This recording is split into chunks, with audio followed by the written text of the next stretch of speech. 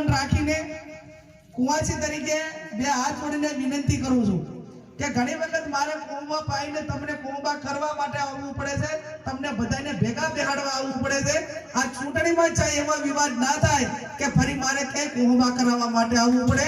ખેલદિલી પૂર્વકનું આ ચૂંટણીની અંદર બધાએ મતદાન કરજો અને એક વખત તમે આને મોટો કરશો તો આપણા બધા આગેવાનોએ કીધું કે આ 2027 ની ચૂંટણી આ વાવ વિધાનસભાથી ચાલુ થવાની છે।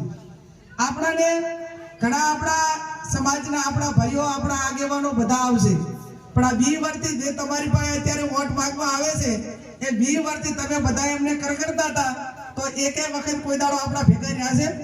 આ 20 વર્ષમાં કોઈ દાડો નથી રહ્યા કેવા ભાઈ? નથી તો રહ્યા, પણ જેટલું એમને બગાડવું હતું એટલું આ 20 વર્ષની અંદર આપણને જેટલું નુકસાન એમનાથી થતું હતું એટલા કાયમી કરવા માટેના પ્રયત્નો કર્યા છે। ક્યાંક આપણા ગામમાંથી અભાણેથી પણ બધા આવશે ને કહે છે અને પાછું ફોર્મ ભરે કોઈ ઉમેદવારે જાહેર ના થાય ફોર્મ ભરે કરું કોઈ ભાજપનો કોંગ્રેસનો કોઈ ઉમેદવાર જાહેર થયા પહેલા અપક્ષનો ફોર્મ ભરાય તો પહેલા તમને કયો અન્યાય થયો છે? તમને કોઈ ટિકિટ ન થયો કે શું ટિકિટ માંગી હોય અને ફોર્મ ભરે ના મળી હોય ફોર્મ ભરે તો બરોબર, પણ આ તો સૌથી પહેલું કોંગ્રેસે ના ભર્યું ભાજપે ના ભર્યું, પહેલું ભર્યું ના ભર્યું અને વળી પાછું 2-3 દાડા પછી ક્યાં થઈ જાય છે પાછું? આ રાતોરાત હું તો એમ માનું છું